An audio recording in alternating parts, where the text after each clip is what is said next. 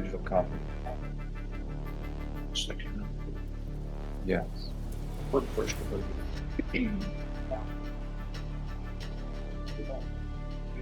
Court is calling 2024 CR 2336 State versus Laretta Nicole Holmes. Could I have parties announced?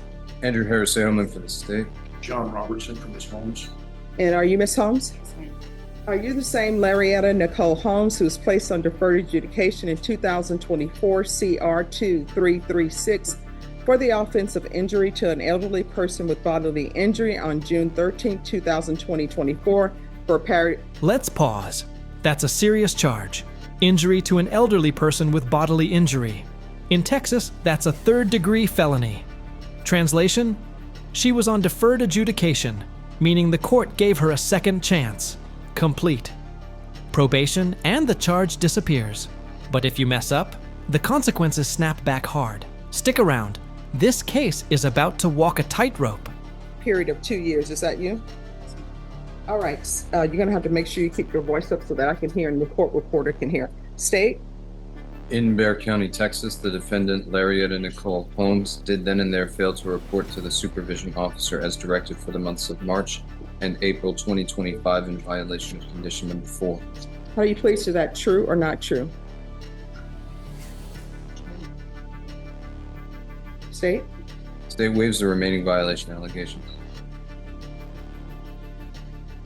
Any objection to the waivers? No, Your Honor. Did you understand by pleading true to violation of condition number 4, the court could find it true, grant the motion, find you guilty, sentence you up to 10 years in the prison and up to a $10,000 fine? Knowing that, do you still wish to plead true to violation of condition number 4? You still want to plead true to violation? All right, so here's the thing. You're going to have to speak up. And you need to speak the way you speak when you're not in court before me. So, whatever agreement you think you've worked out with the state, I don't have to follow that agreement because this is a contract, and it's a contract with the court. It's not a contract with the state. It's not a contract with the defense. So, you pled true to violation of condition number 4. Regardless of what agreement you think you've reached with the state, I can revoke you and sentence you to 10 years in prison. Do you understand? Yes, ma'am. All right, knowing that, do you still wish to proceed with this plea of true? Yes, ma'am. All right. Here's the kicker. Most people think a plea deal is a done deal, but the judge just laid it out. This courtroom isn't a drive-through. Whatever deal she thinks she made with the prosecution, not binding. The judge has final say. And if she feels disrespected or misled, she can slam the gavel and hand out up to 10 years in prison. That's why courtroom confidence matters. All right, is there a proposed agreement? Yes, Your Honor, to deny the motion, continue on regular supervision and amend for the following conditions. Immediate placement of GPS monitor for 6 months. Proof of residence or proof of employment with every OV. Don't know what OV stands for. If no proof of employment, then proof of disability. If not on disability, 4 job searches per week, as well as minimum of 12 community service hours performed monthly, immediate enrollment in anger management course, IVR call inline for 4 months, bi-weekly reporting for 4 months. All right, so here's my question. You want to raise your right hand for me, please? Do you solemnly swear or affirm the testimony you give will be the truth and nothing but the truth, so help you God? Yes, ma'am. You can lower your hand, state your name for the record. Laretta Holmes. What have you done since you've been on probation? Since I've been on probation, I did try to finish my classes. So you didn't finish your classes, you tried to, all right?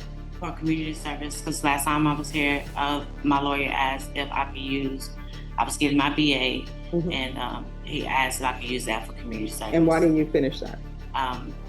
A lot in between the time happened, so I did have to drop. What has happened? Lights were turned off in November, and it was hard for me to try to get any type of assistance for it because it was overdue and they just turned it off. So in between time, I was trying to find assistance, I was trying to find work, and also trying to maintain my home and keep up with everything that I could, and also raising my 2 children. So where are your children now? Who's raising them? My son, he's with his girlfriend, and my daughter, she's with my sister. She works, my son works. Both of them work, they're both of them in school, and they both get good grades. Okay. So here's the thing with lights being turned off. Back in the day, people didn't have lights. You turn on a candle. And people always assume that where people are in their station in life is always where they've been. Like they've never had financial problems or things haven't. I've had my lights turned off before. And you know what? My mom and my grandmother would always say, hey, whatever you do, make sure that you have your if you're living in an apartment, make sure that's paid. If you're living in a house, make sure that paid. If the lights get turned off, if the water gets turned off, at least you'll always have a place to stay. So getting your lights turned off, and sometimes people are like, oh my gosh, that's so embarrassing. It's like, I still have a place to stay. Getting lights turned off happens to everybody. I guarantee you, a majority of the people in this. Okay, this is a rare and humanizing moment. The judge is dropping the robe and stepping into reality. She's sharing her own experience with hardship to connect, not condemn. That kind of transparency, you won't find it in every courtroom. But don't get it twisted. Empathy doesn't mean immunity. It's a wake-up call in plain language. Courtroom, attorneys included, deputies included, court reporter included, have at some point had some utility turned off. One time it happened to me, and it's just because I forgot to pay the bill. And I'm like, hey, why is my water not on? And they said, Stephanie, Sauce came out and turned it off. I'm like, oh my gosh, I forgot to pay my bill. And they came out and turned it back on, of course. But that's nothing to be embarrassed about. So, and the reason why I'm telling you this story is because you have to reach out to probation and tell them what's going on in your life. Otherwise, you could go to prison for 10 years. And then who's going to be taking care of your children? Now, what's happening with the new number one in this case? Judge, I can elaborate on that. That is an allegation based on a voicemail that was left with the landlord. I received a copy of the police report. The landlord sent a copy to the court, and that was forwarded to me by Norma. They took a police report based on a voicemail. And last time I looked, a voicemail doesn't rise to a Class C threat. What? So anyway, that'll have to be sorted out. I think that's obviously one of the reasons why we're not going on that today. All right, so what's happening with this number one? That's a municipal court problem. Okay. So All right, probation, what is your recommendation? Judge, report summary, according to the sentence summary, is exactly what Mr. Edelman states. All right, so why were you not reporting? That's the easiest thing, to pick up the phone. I was communicating with my probation officer. Let's zoom out. The violation wasn't about a crime. It was about reporting, failing to show up, check in, or provide proof. Probation isn't just about staying out of trouble, it's about accountability. Miss 2 months and the system assumes the worst. So even if life gets messy, communication is non-negotiable. Texting your officer is not the same as reporting in person. I was Not in March and April. I was in March and April. I did. I even got kind of scared because he wasn't responding back to me. He never did tell me to come in. Everything that I was going through, far as dealing with the landlord and also dealing with housing, and my life still being not connected, I was communicating with him.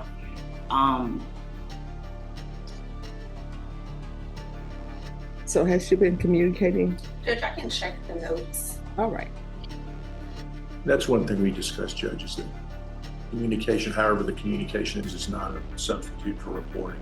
And I think Laretta understands that. And my lawyer did make a good recommendation. He's when, communicating, texting, sometimes it's best for me to go down there, and I didn't know that.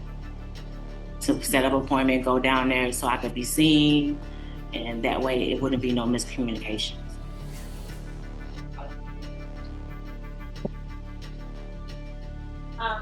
Judge, lots of office visits is a system in shape February paid. There was a text message sent out with an appointment scheduled in March. I don't see anything indicating there was a phone call with back to the officer and the same for April 3rd. There were also system text messages reminding Ms. Holmes, you know, you need to pay your fees. There's batch emails that went out for services. Yeah.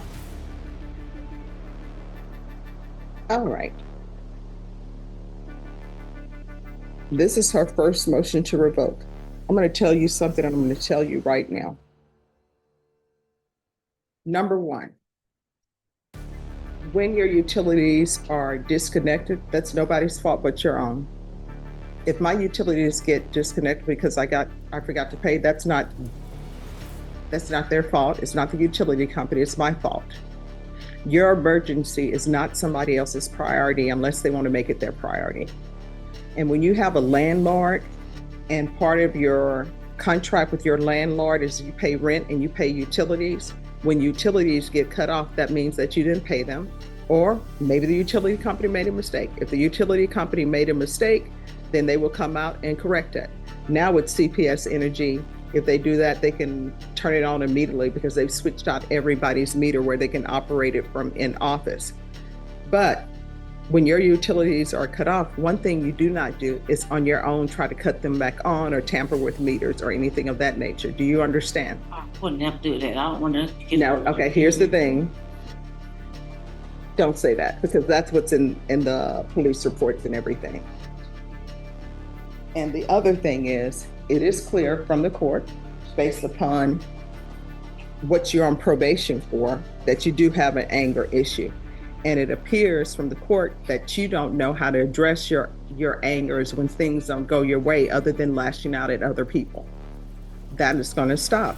Otherwise, you're looking at 10 years in prison. Then the 10 years in prison, you can try and lash your anger out at other inmates, and you know what's going to end up happening? Somebody at the prison, somebody at the jail is going to be badder than you.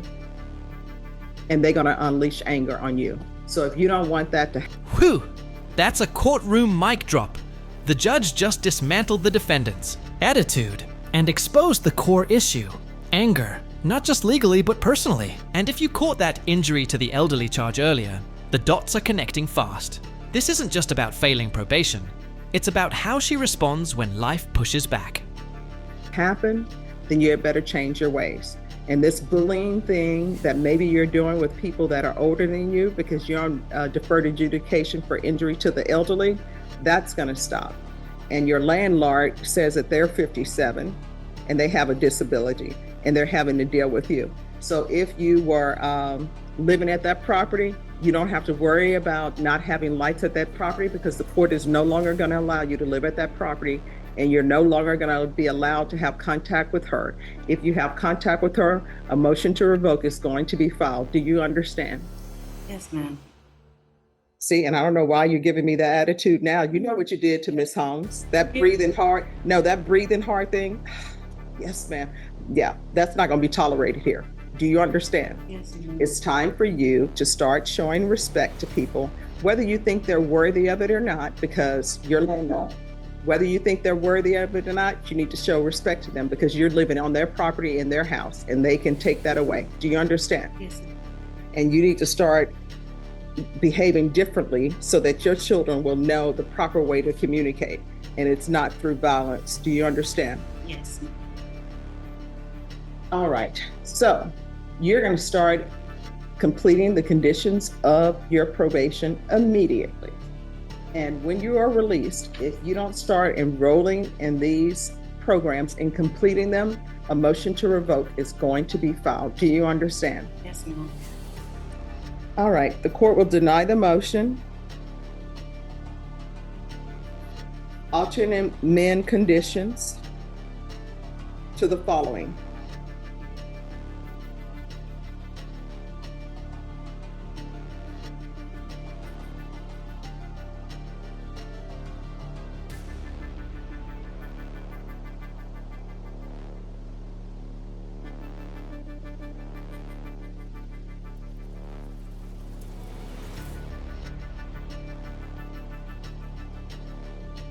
Need to get items, you'll need to have someone other than yourself go over there and go with the police escort to retrieve your items. You are not allowed to call her or have third parties call her or have third parties contact her, other than that one time when that person goes to the location, if you have items there and they need to go there with the police escort. Do you understand? Yes, ma'am. You're going to start your anger management classes and probation. What is the earliest she can start anger management? Give her 30 days. All right, anger management class are to begin within 30 days. Do you have a disability? No, ma'am. All right, she doesn't have a disability, so there needs to be And final warning mode activated. No more excuses, no disability, no delays. The judge is drawing a line in the sand. Either she meets her conditions, or that deferred sentence becomes a full-blown conviction. And folks, once that happens, it's not just probation at stake, it's her freedom. there's no proof of disability needed. You're going to need to get a job. That's how people make it in this world. Nobody's depending on somebody else to pay their bills. You're going to get a job. And if you need to get 2 jobs to make a full-time job, then that's what you're going to need to do. So I'm going to require a full-time job. And for the court, full-time employment means at least 40 hours a week. If you want to get 2 part-time jobs, 20 hours each, that's fine. But you're going to work, and there are plenty of places for you to find employment. But sometimes people think certain employment is beneath them. No employment is beneath you, because we all need doctors. We all need people who are going to pick the fruit. We all need people who are going to work at HEB or work the fries at McDonald's. There's no shame in that. It's a legitimate job. So proof of full-time employment within 45 days. And GPS, probation, do you want GPS? Yes, ma'am. All right, there's to be GPS, waive fees. Do you want full-time GPS tracking? What do you want?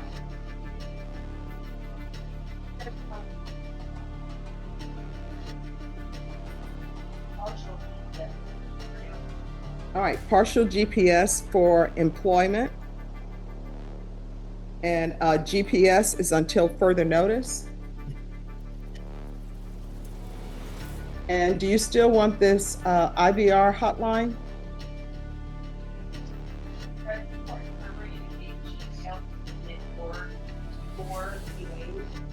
Why are you not going in for your UAs? To my knowledge, I only felt one that was in. Why are you missing one? Because when you miss one, you can go to prison for 10 years. I think the day that I missed that was when I went to the office to see him, and by the time it was time for me to leave to get in my Uber, they were going to be closed, and then I think it fell on the weekend. All right, probation, do you still want the IVR hotline? All right, monthly UAs. You're not to miss a single UA. Do you understand? Yes. Probation, is there anything else?